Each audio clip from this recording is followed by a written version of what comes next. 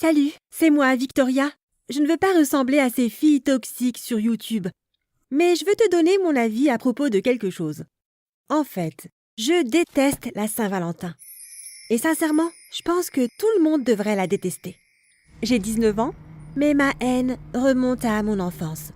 J'étais dans une garderie et notre animatrice a décidé qu'on allait célébrer la Saint-Valentin tous ensemble. Elle nous a donc appris à découper de magnifiques cœurs dans des serviettes de couleur. Et après cela, nous étions libres d'offrir nos œuvres à quelqu'un que nous aimions. Nous étions petits à l'époque, il ne s'agissait donc pas de sentiments romantiques, mais simplement d'une bonne idée pour aider les enfants à exprimer leurs sentiments et à se faire des amis. Mais j'étais un de ces enfants qui pouvaient tomber amoureuse dès l'enfance. Et il y avait un garçon. Bob ou Ben, peu importe. Je l'aimais bien. Alors j'ai tenté un rapprochement grâce à cette activité d'art plastique. Je me suis avancée et je lui ai donné mon cœur. Et il était très beau d'ailleurs. Il a accepté mon cadeau, mais ensuite, il avait sûrement attrapé un rhume, alors il a éternué et s'est mouché dans ma serviette de Saint-Valentin. Tu imagines à quel point ça m'a vexée? J'ai décidé que je ne ferai plus jamais de cadeaux pour la Saint-Valentin. Un vrai traumatisme d'enfance. Et au fil des années, j'étais de plus en plus convaincue d'avoir pris la bonne décision. La première raison pour laquelle je déteste la Saint-Valentin, si tu as des amis qui sont en couple, ils te mettent une pression folle ce jour-là. Je suis une personne assez sociable. J'ai beaucoup d'amis et la plupart sont en couple depuis longtemps.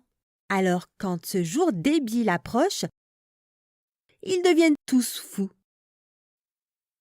Je suis célibataire et la plupart du temps, ça ne me dérange pas. Mais à la veille de la Saint-Valentin, tout le monde, littéralement tout le monde, considère qu'il est nécessaire de me rappeler que je n'ai pas de petite amie. Parfois, ils ne font même pas exprès. Par exemple, ma copine Salomé a un copain qui s'appelle William. Je les vois assez souvent, mais le jour de la Saint-Valentin, je ne les supporte pas. Ils se font des câlins sans arrêt, ils s'appellent par des surnoms idiots. Il est impossible d'aller au cinéma avec eux à cette période-là parce qu'ils ne regardent même pas l'écran. Et ne parlent pas du film en sortant. Leur comportement me met un peu mal à l'aise.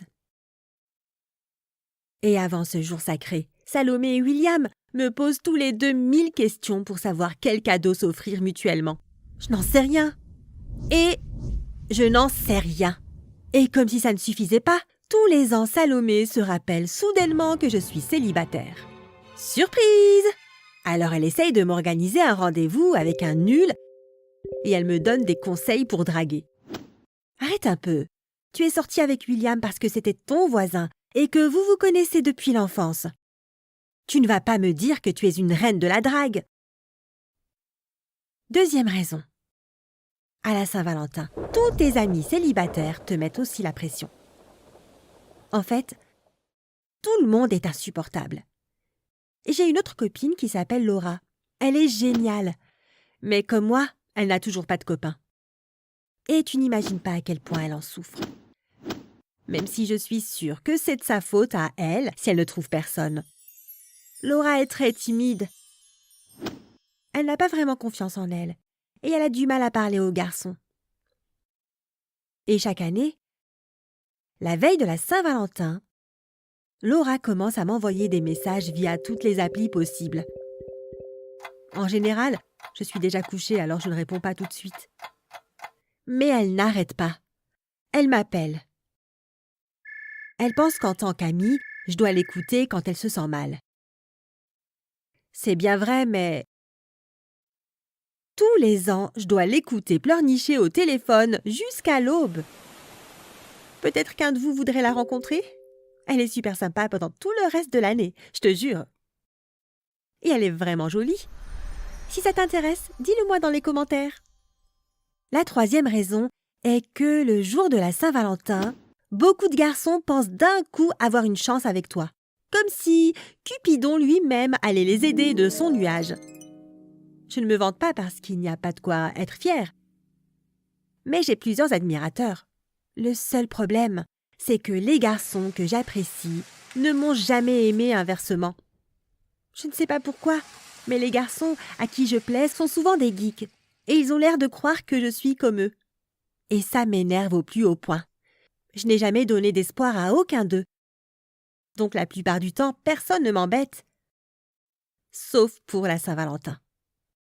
Je ne sais pas quelle vieille comédie romantique ces garçons regardent, mais la plupart ont l'air de croire que si je les repousse, c'est parce qu'ils n'ont pas assez insisté. Je vis au 2e étage d'un immeuble et la fenêtre de ma chambre donne sur la rue. Et mes fans le savent. Ils adorent imaginer qu'ils sont Roméo et ils veulent faire de moi leur Juliette. Il y a vraiment un garçon qui est venu me déclamer un discours sous ma fenêtre. Je ne rigole pas. Je n'arrivais pas à l'arrêter et j'ai même dû le sauver de la police parce que mes voisins n'aimaient visiblement pas non plus la Saint-Valentin et ont appelé les forces de l'ordre. Et puis, ce même garçon a essayé d'escalader l'immeuble pour venir à ma fenêtre, ce qu'il croyait romantique. Cette fois, c'est moi qui ai appelé la police. Et tu sais quoi? Ça l'a vexé. Oui, Tanguy, je parle de toi.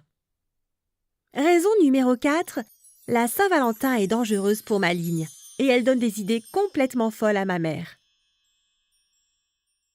En plus d'escalader mon immeuble, les garçons m'envoient aussi tous les ans des cœurs, des fleurs et des sucreries. Tout le monde se fait des cadeaux gourmands en offrant ces grosses boîtes rouges remplies de chocolat, de pâte d'amande, de bonbons. Ouh là là, je vais pleurer. J'essaie de rester fine depuis très longtemps et pour ça, je m'interdis toutes sortes de sucreries. Toutes ces graisses dangereuses. Mais le jour de la Saint-Valentin, il y a du chocolat partout. Les garçons en offrent aux filles, les filles en donnent à leurs amis. Et je ne sais pas pourquoi, ma mère pense que c'est une belle tradition de m'offrir une énorme boîte de chocolat ce jour de l'année. Je ne peux pas y résister. C'est trop dur. Je cède et je les mange tous. Je pense que ma mère voit ça comme une manière de me consoler. En me voyant perdre le contrôle et accepter ces graisses réconfortantes, ma mère ose ajouter qu'elle est inquiète de ne pas me voir avec un copain. Je suis sa seule fille et elle me répète de plus en plus qu'elle aimerait des petits-enfants. Je suppose que tu sais où je veux en venir. Tous les autres jours, je fuis cette conversation et je reste dans ma chambre. Mais pour la Saint-Valentin, je n'ai pas le choix que de prendre un goûter avec ma mère pour ne pas la décevoir. J'adore ma mère et je ne veux pas la vexer. Mais bon, elle ne devrait pas se vexer. C'est ma mère et puis c'est elle qui essaye de me manipuler.